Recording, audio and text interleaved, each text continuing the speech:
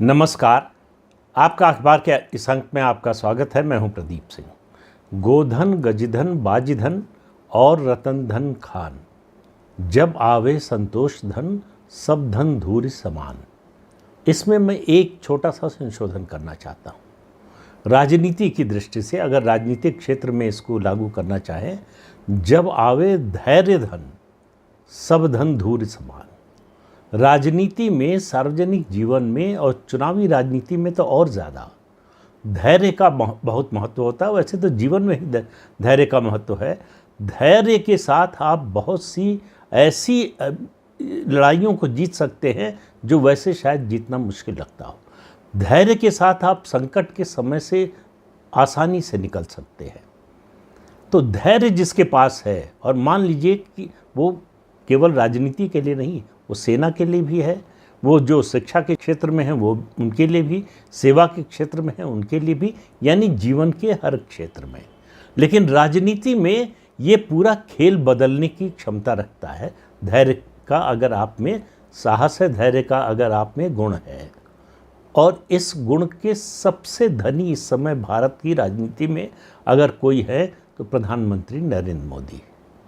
उनका राजनीतिक जीवन देखिए, 2001 में वो मुख्यमंत्री बने थे गुजरात के। तब से लगातार उन पर हमले हो रहे हैं, लगातार संकट का सामना कर रहे हैं। बाकायदा देशी विदेशी ताकतों के सहारे उनके खिलाफ अभियान चलाया गया, लेकिन कभी विक्टिम कार्ड खेलने की कोशिश नहीं की। तो पुराना छोड़कर नए पर आता हूं। जब से प्रधानमंत्री बने, पाकिस्तान ने जो आतंकी हमला किया, आपको याद है, उरी में हुआ, उसके बाद सर्जिकल स्ट्राइक हुई, फिर पुलवामा में हुआ, एयर स्ट्राइक हुई बालाकोट में। लेकिन दोनों मौक़ों पर विपक्षी दल और ख़ास तौर से कांग्रेस उसका सबूत मांगते रहे। किसी भी सैनिक कार्रवाई का सबूत मांगने का मतलब है आप सरकार से, प्रधानमंत्री से नहीं प्रमाण मांग रहे, आप सेना से प्रमाण मांग रहे हैं, आप सेना की क्षमता पर सवाल उठा रहे हैं। और राहुल गांधी ने सर्जिकल स्ट्राइक के बाद उसे खून की दलाली की संज्ञा दी थी। और एयर स्ट्राइक के बाद जो पाकिस्तान ने कहा, वही भाषा हमारे देश का विपक्ष बोलने लगा कि 2 कौवे मर गए, 2-3 पेड़ गिर गए, इसके अलावा और कुछ नहीं हुआ।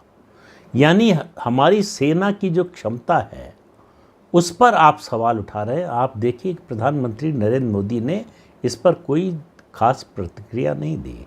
वो चुपचाप सुनते रहे, मौके का इंतज़ार करते रहे। अब भी जब पहलगाम की घटना हुई है, उसके बाद से विपक्ष के बयान आप देखिए।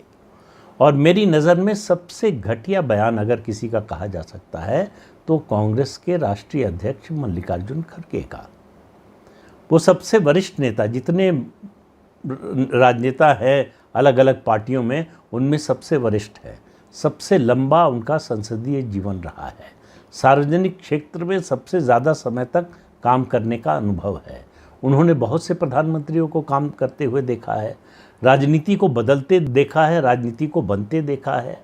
राजनीति में कैसे जो आज सत्ता में है वो कल विपक्ष में चला जाता है, जो विपक्ष में है सत्ता में आ जाता है, ये सब देखा है उन्होंने। तो उनके बराबर का अनुभव किसी में नहीं है। लेकिन उनकी आप बात सुनेंगे तो किसी नौसिखिए नेता की तरह बात करते हैं। उन्होंने पुलवामा के बाद जो कुछ कहा, वो सुनकर बड़ा गुस्सा आने की बजाय अफसोस होता है। उन पर दया आती है, तरस आता है। उन्होंने एक तरह से प्रधानमंत्री को कटघरे में खड़ा करने की कोशिश की, प्रधानमंत्री पर व्यक्तिगत आक्षेप लगाने की कोशिश की, प्रधानमंत्री पर आंतरिक सुरक्षा से समझौता करने का आरोप लगाने की कोशिश की। उन्होंने कहा कि प्रधानमंत्री को पता था, उनके पास इंटेलिजेंस इनपुट था। पहले तो आप कहते रहे कि इंटेलिजेंस फेल्योर है, प्रधानमंत्री पर आरोप लगाना हुआ तो इंटेलिजेंस आ गया। कहा उनके पास इंटेलिजेंस इनपुट था और उन्हें मालूम था, इसीलिए उन्होंने अपना कश्मीर का दौरा रद्द कर दिया। अब कोई भी विपक्षी नेता अपने देश के प्रधानमंत्री पर इससे बड़ा आरोप क्या लगा सकता है कि प्रधानमंत्री जानते थे कि आतंकवादी हमला होने वाला है, इसलिए अपनी सुरक्षा का उन्होंने ध्यान रखा, नहीं गए और बाकी निर्दोष लोगों की जान जाने दी। कोई एक्शन नहीं लिया, कोई कदम नहीं उठाया। ये बात आप कभी प्रधानमंत्री नरेंद्र मोदी के बारे में कल्पना भी कर सकते हैं कि वो ऐसा करने की कभी सोच भी सकते हैं? जिसका पूरा जीवन समाज और राष्ट्र को समर्पित है, उसके बारे में आप इस तरह का आरोप लगा रहे हैं। और आरोप लगाएं तो आपके पास प्रमाण हो तो ज़रूर लगाएं। तो आपके पास कोई प्रमाण तो है नहीं, आपने आज तक तो कोई प्रमाण दिया नहीं। इस तरह का आरोप लगाया। और उनके नेताओं के, अलग अलग नेताओं के जो बयान आ रहे थे कि कब होगा, 56 इंच का सीना कहाँ है।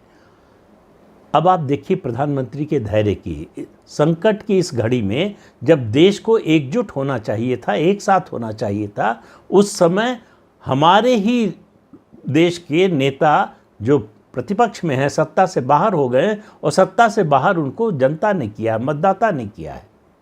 उनका रवैया देखिए, उनके रवैये से पता चलता है, उनके बयानों से पता चलता है कि वो अभी तक जनादेश को स्वीकार नहीं कर पाए हैं।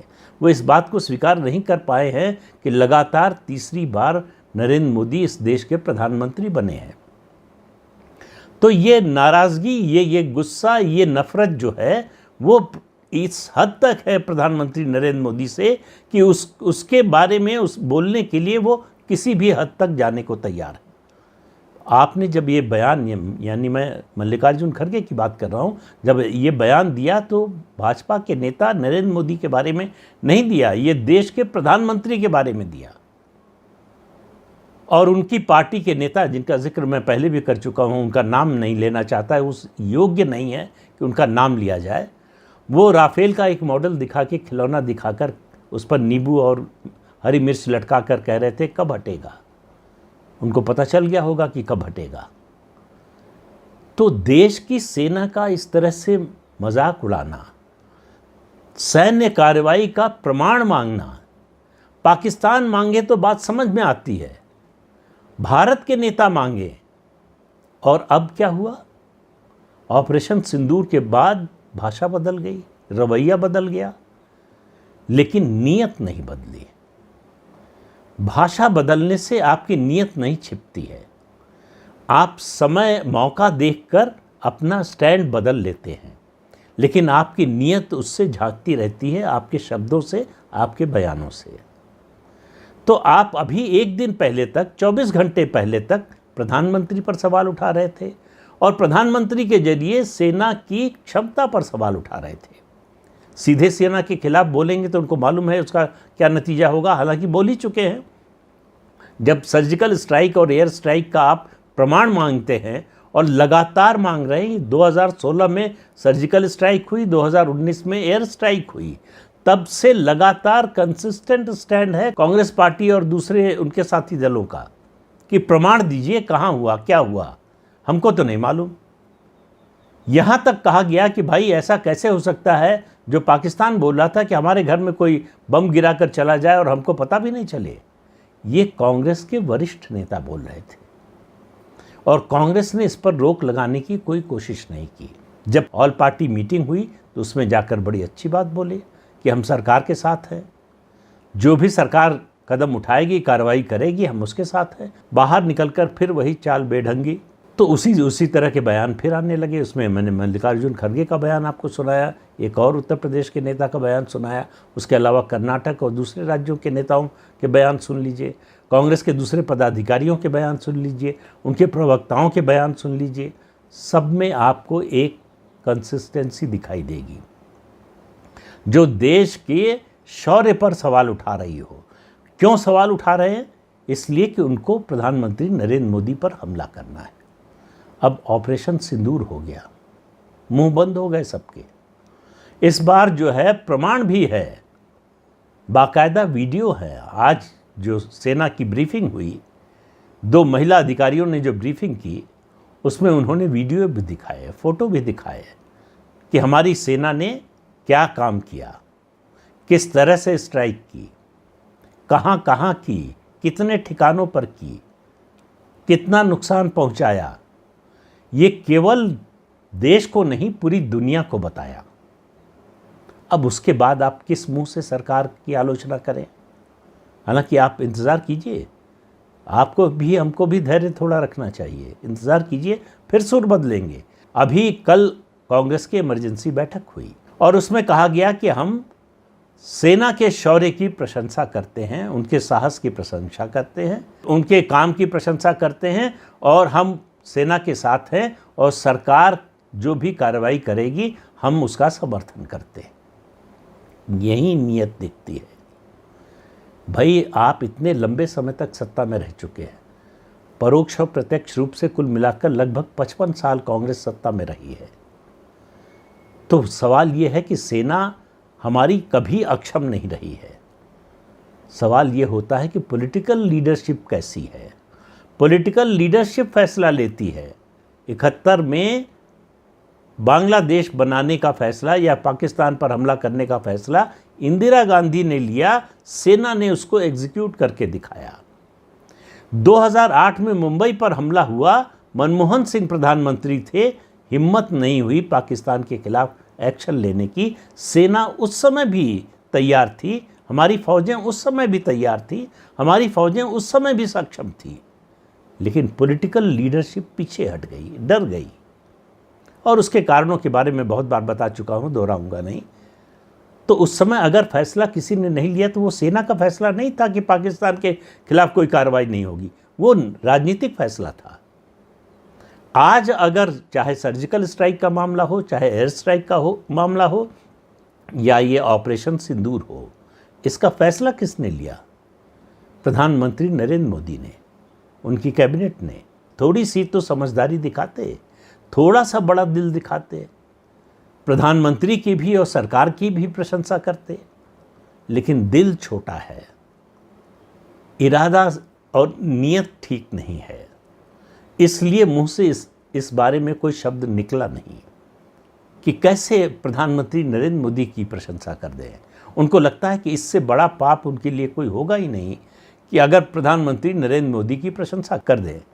पूरा देश और पूरी दुनिया प्रशंसा कर रही है, और ये जो आचरण है कांग्रेस पार्टी का और उसके साथी दलों का, इसके लिए इस देश की जनता उन्हें कभी माफ़ नहीं करेगी। और जनता के पास सज़ा देने का एक ही तरीका होता है, वोट। उसके पास सबसे बड़ी ताकत जो होती है वो वोट की होती है, और डेमोक्रेसी में वोट से बड़ी ताकत कोई नहीं होती, और वो वोट की ताकत सिर्फ जनता के पास होती है। इसलिए लोगों में, जनता में धैर्य है। वो 5 साल इंतज़ार करती है, वो बीच में कुछ, ज़्यादातर मामलों में नहीं करती कुछ, जब तक कि बहुत विशेष परिस्थिति ना हो जाए, जैसा कि 74 के आंदोलन में हुआ था। वरना वो इंतज़ार करती है 5 साल। एक बार मैंडेट जनादेश देने के बाद 5 साल इंतज़ार करती है, फिर समीक्षा करती है, जो जिसको सत्ता सौंपी है उसके कामकाज की, उसके आधार पर निर्णय लेती है। तो ये धैर्य का जो गुण है जनता में, मतदाता में और डेमोक्रेसी में होता ही है, उससे ही अगर ये पार्टियां कुछ सीख लेती तो शायद उनकी राजनीति ज़्यादा बेहतर हो जाती। ये ऐसा समय है जब देश की सरकार, देश के प्रधानमंत्री के साथ खड़े होने का समय है। इसमें किसी की हेठी नहीं है, इससे किसी विपक्षी नेता का अपमान नहीं होता, उसके सम्मान में कमी नहीं आती, लेकिन उसके लिए बड़ा दिल चाहिए, अच्छी नीयत चाहिए। जब ये दोनों नहीं हो तो ऐसा हो नहीं पाता है। क्यों कह रहा हूँ? आप याद कीजिए 1971 में भारत की जीत के बाद उस समय मुख्य विपक्षी पार्टी थी भारतीय जनता पार्टी, और उसके नेता थे अटल बिहारी वाजपेयी। उन्होंने कितनी प्रशंसा की थी सरकार की और इंदिरा गांधी की। हालांकि कांग्रेस ने झूठ फैलाया कि जो है उन्होंने इंदिरा गांधी की तुलना माँ दुर्गा से की थी, जो उन्होंने कभी नहीं की। उन्होंने अपने जीवित रहते ही इस बात का कई बार खंडन किया, लेकिन कांग्रेस ये झूठ फैलाती रही, लेकिन उससे कोई फ़र्क नहीं पड़ता है। ये बात सही है कि उन्होंने प्रशंसा की, और प्रशंसा करने लायक काम था, इसलिए किया। इसलिए भी कि देश की एकता और अखंडता के लिए ज़रूरी था, इसलिए भी कि सेना का हौसला बढ़ाने के लिए ज़रूरी था। अब देखिए पॉलिटिकल लीडरशिप का असर देखिए। 93,000 युद्धबंदी थे हमारे पास, पाकिस्तान के सैनिक युद्धबंदी थे हमारे पास, और 58 युद्धबंदी भारत के पाकिस्तान के पास थे। अब ये सेना का काम नहीं था जो शिमला में हुआ, वो पॉलिटिकल लीडरशिप का काम था। जो कुछ जीता था सेना ने युद्ध के मैदान में, पॉलिटिकल लीडरशिप बातचीत की मेज पर हार गई। 93,000 युद्धबंदियों को भारत ने, जो पाकिस्तान के सैनिक थे, उनको रिहा कर दिया, लेकिन अपने लोगों की रिहाई की मांग या शर्त नहीं रखी, उनको नहीं छुड़ा पाए। उनमें से सभी पाकिस्तान की जेलों में उनका निधन हुआ, मैं कहूँगा बलिदान हुए, और वो सिर्फ और सिर्फ पॉलिटिकल लीडरशिप की गलती से, पॉलिटिकल लीडरशिप के अपराध के कारण। 26/11 के मुंबई हमले के अपराधियों को सज़ा नहीं मिली अभी तक, तो उसके लिए अगर कोई जवाबदेह है तो उस समय की मनमोहन सोनिया की सरकार। आज कैसे उसके आरोपी जो है अमेरिका से एक्स्ट्राडाइट करके लाए जा रहे हैं। ये काम पहले भी तो हो सकता था, पहले क्यों नहीं हुआ? क्योंकि करने की नीयत नहीं थी। तो कोई भी देश, डेमोक्रेसी में कोई भी देश किसी भी सैनिक कार्रवाई के बारे में जब फैसला करता है, वो फैसला जो है पॉलिटिकल लीडरशिप का होता है, और उसके एग्जीक्यूशन की जिम्मेदारी सेना की होती है, फौज की होती है। ऑपरेशन सिंदूर में भी यही हुआ। लेकिन ये सामान्य सी बात कांग्रेस पार्टी और उसके साथी दलों को स्वीकार नहीं है। लेकिन प्रधानमंत्री नरेंद्र मोदी का धैर्य देखिए। 22 अप्रैल को घटना हुई, उसके बाद से लगातार उनके ऊपर हमले हो रहे थे। अपने ही देश के लोग अपने प्रधानमंत्री को अपमानित करने का, नीचा दिखाने का कोई मौका नहीं छोड़ना चाहते थे। और ये सब जो है होते हुए नरेंद्र मोदी ने देखा और बर्दाश्त किया, क्योंकि उनको अपनी क्षमता पर, अपनी सेना की क्षमता पर, अपनी सरकार की क्षमता पर भरोसा था। उनको मालूम था कि हमको जवाब देना है, कैसे देना है, कब देना है, ये हम तय करेंगे, और किस तरह से देना है ये सेना तय करेगी। इसका भी मजाक उड़ाया गया कि मोदी ने तो हथियार डाल दिए थे, उन्होंने कहा कि जो करना है, कैसे करना है वो सेना करेगी। ऐसे नासमझ लोगों से आप कोई तर्क वितर्क नहीं कर सकते। कुतर्क का जवाब कोई तर्क नहीं हो सकता है, और होना भी नहीं चाहिए। जो प्रधानमंत्री नरेंद्र मोदी के नेतृत्व में पाकिस्तान के खिलाफ कार्रवाई हुई है, इसका आकलन जो हमारे national security adviser AK Doval साहब ने कहा है, वो बिल्कुल सही बात है कि इसका आकलन आने वाला समय करेगा, इतिहास करेगा। आज के लोग नहीं कर सकते। तो इस अंक में इतना ही। अगले अंक में फिर मिलेंगे किसी नए मुद्दे के साथ। तब तक के लिए अनुमति दीजिए। आपसे अनुरोध है कि ये चैनल देखिए, शेयर कीजिए, लाइक कीजिए और सब्सक्राइब जरूर कीजिए। नमस्कार।